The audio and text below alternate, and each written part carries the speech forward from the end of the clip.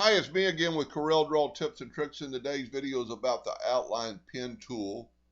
So I've got a 10" by 10" box square drawn, and I want the line thicker, like in this one. Well, if you go to your pen outline pen tool right here, the thickest they have is 0.125.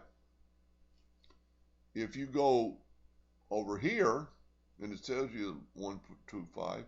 If you go down to this pen tool, which I use more often, the most it goes is a 1/2 inch.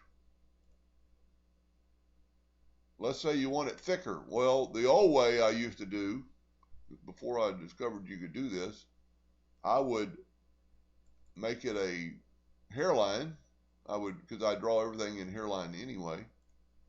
And then I'd go up to effects, contour, and I could make my line as thick as I wanted and then paint fill it. But it's not really a line anymore, but it got me satisfied in what I wanted to do.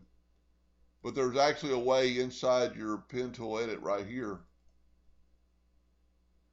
Okay, the biggest one is a 1/2 inch. Well, why don't you just type in there 1 inch? And so you can make it as thick as you wanted just by typing. Now it's still, the 1 inch is still not there because it's not recommended, but let's make it 2 inches.